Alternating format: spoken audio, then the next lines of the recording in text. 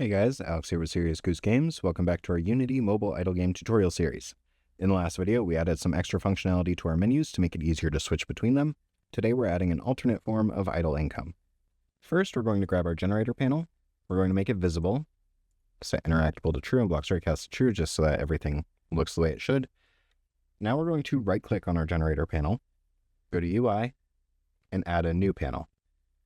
And we're going to call this new panel Generator. The other thing I want to do is add a vertical layout group to our generator panel.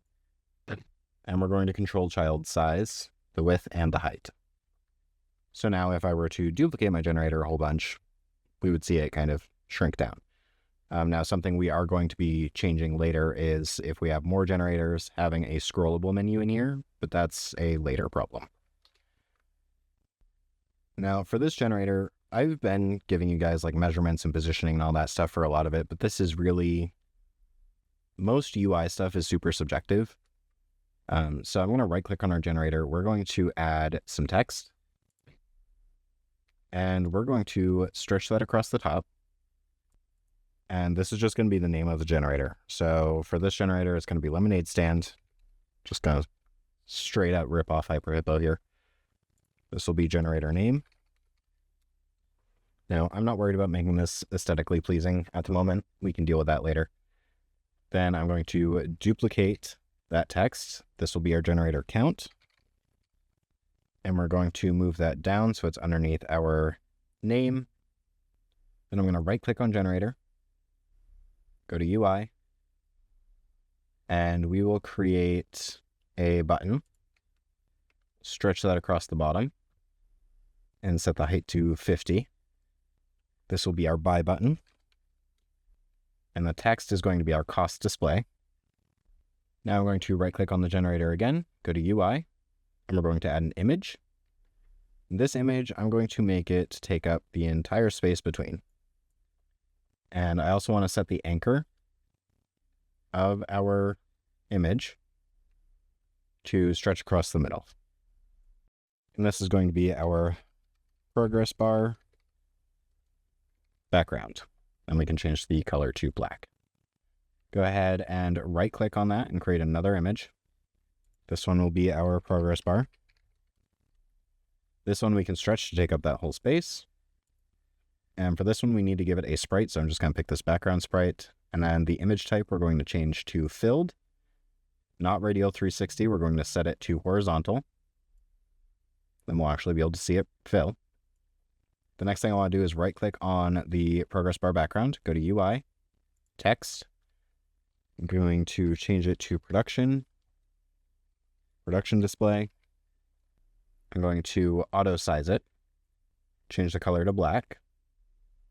Nope. We'll keep the color white and we'll change the progress bar to be a more gray color. But the production display text, we want to stretch that across too, and then center it. So this is not aesthetically pleasing whatsoever. It is actually, honestly, terrible looking, but it's going to show everything I want it to show, and we can make it look pretty later. So if you were looking at this and you are crying on the inside, I'm sorry. We will improve it later, I swear. But now that we have all those essential parts, we're going to right click in our scripts folder, go to create, new mono behavior script, and this is going to be called generator. Once that's open up, we have a bunch of namespaces we need to add. The first one is going to be break infinity. The next one is going to be using TM Pro. And then because we have images, we also want to use Unity Engine.ui. Now we have a lot of references here, so we're going to use a header. And the header is going to be UI elements. And inside here, we're going to have a public text mesh pro UGUI. And it's going to be our name text. Then we're going to have one for our count text. So public text mesh pro UGUI count text. Then we're going to have one for our production text. And then our cost display. So cost text. The other two things we want inside here for the UI is a public image for our progress bar. And then we want the button. So public button, buy button. Then we can have another header for our generator properties. We want a string for our generator name. We want a big double for our base cost. Then we want our cost multiplier. So public big double cost multiplier. Then we want a public big double for our count. Then a public big double for our actual cost. And then a big double for our base production. And then a big double for our actual production. And then our cost and production actually can be private.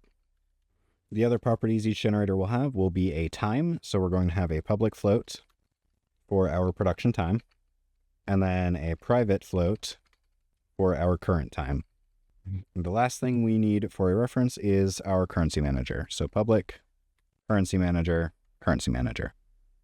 So we have a lot we need to do in start. We need to start out by putting our costs to be equal to our base cost times big double dot pow. And this is going to be our cost multiplier and our count. Then we're going to set our production to be equal to our base production times count. Our name display or name text.text to be equal to generator name. Our count display or count text.text is going to be equal to our currency manager dot sign not to US name, and we'll pass in our count. Then we're going to do the same thing with our cost. So cost text.text is equal to, and this time we are going to interpolate, cost, and we'll pass in currency manager dot sign not to US name cost. Next, we're going to do our production text.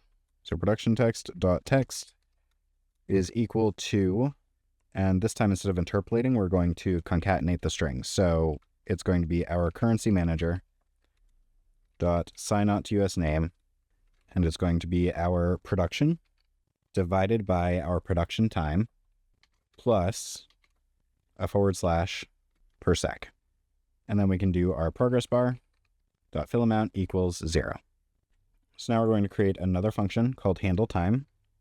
So public void handle time. If our count is less than 1, then we are going to return. We don't want to do anything with our time if we don't have at least one generator. Then we're going to add time.delta time to our current time. We're going to set our progress bar dot fill amount to be equal to our current time divided by our production time. And then if our current time is greater than or equal to our production time, then we are going to set our current time back to 0. We're also going to produce money when we do that, but we need to create that function. So let's go ahead and create a public void produce. And this is just going to do currency manager dot add money production. So in handle time, after we set our time to be 0, we can then call produce. And the last function we need to create is a public void called purchase. And this will be what gets called when we click our little buy button. And the first thing we want to do is check. So if we're going to do not currency manager dot can afford.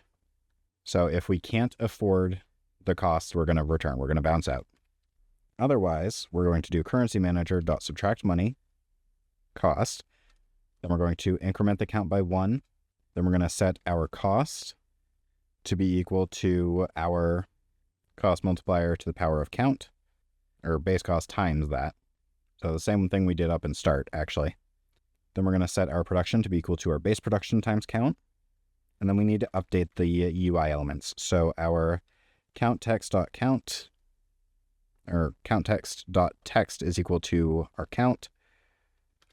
Our cost text is going to be equal to our new cost. Gotta make sure it's the same so we're not changing it up on the player. And then our production display.text, or production text.text is equal to the same as well. So go ahead and save all of that. Head back to Unity. Now we're going to grab our generator. We're going to attach the generator script to it, and we can assign all of these references now. So name text goes there. Our count display needs to go there. Production text goes in its slot. Then the cost display needs to be assigned. Our progress bar image, and then the buy button itself Now the generator properties, generator name is just lemonade stand because I'm not original. The base cost, we'll set it to be, I don't know, 10. So mint is a 1, exponent of 1, cost multiplier is going to be 0.15, exponent of 0. The count is going to start at 0, and then the base production is just going to be 1. Every time it goes, it's going to be 1. And the production time, let's do 2 seconds. Then we need to drag the game manager into the currency manager slot so that we have access to it. And before we hit play, we need to grab our buy button and add the on click. So we'll grab that from our generator. Click the no function dropdown, go to generator and purchase. Go ahead and save that. Hit play. Now, if I try to buy it, nothing happens. Now I have enough money. If I purchase it, we can see it is working, but our time isn't happening. So what we actually forgot to do is in our generator script, we forgot to do our update. So inside update, we want to check if currency manager.canAfford pass in the cost, then we want to set the button to be interactable. Otherwise, it'll be not interactable. And then we also want to handle time. So we can save that code, head back, and try this again. So now I can't afford our generator, so the button is grayed out. If I click up, once I hit 10, we can afford it, which is great. And if I buy one, you can see now the bar is working. Every 2 seconds, our money will go up by 1. And our production display is reflecting properly. So fun little issue that I didn't think of. If I click up and I start purchasing this, watch carefully what's about to happen to the cost. Right now, it's 10. If I buy 1, suddenly it's 1.5. Now it's 0.225. Now it's 0.0338. It's going down. And this is a bit of a problem. And the reason that's happening is because if I look at our generator, and I go to the generator properties, and we look at cost multiplier, my cost multiplier is 0.15. Your cost multiplier cannot be less than 1. Otherwise, your cost is going to go down every time because we're multiplying it by 0.15 every single time. I want to multiply it by 1.15. So make sure when you are setting your values that you are setting those properly. Otherwise, it will not work. Or it will, just not the way you want it to. So now if we play and we play through a little bit, if I buy a generator, my cost is at 10. Now it's 11.5, which is much closer to what we want it to be. So now we have this generator. It's producing money for us. It's great. We love it. This is how games like AdCap do their idle generation. So in the next video, we're going to start working on data persistence, which is a lot. So we're going to break it down so it will be nice and easy. I'm going to do only like 3 or 4 videos on data persistence. We'll start out by setting it up, then we'll do saving, then we'll do loading, then we'll do deleting. I'm going to try to keep it as simple and straightforward as possible. We are going to be doing encryption. We're going to encrypt our save files so that we can prevent cheating, or at least make it a little harder. But that's all for today, though. So if you like this video, hit like and subscribe so you don't miss the next one. In the comments, let me know if you'd like to see a compounding idle system where generators create the generator before them. This would be like Antimatter Dimensions, Adventure Ages, and Swarm Simulator. As always, thanks for watching. I'm Alex with Serious Goose Games, and I'll see you in the next one.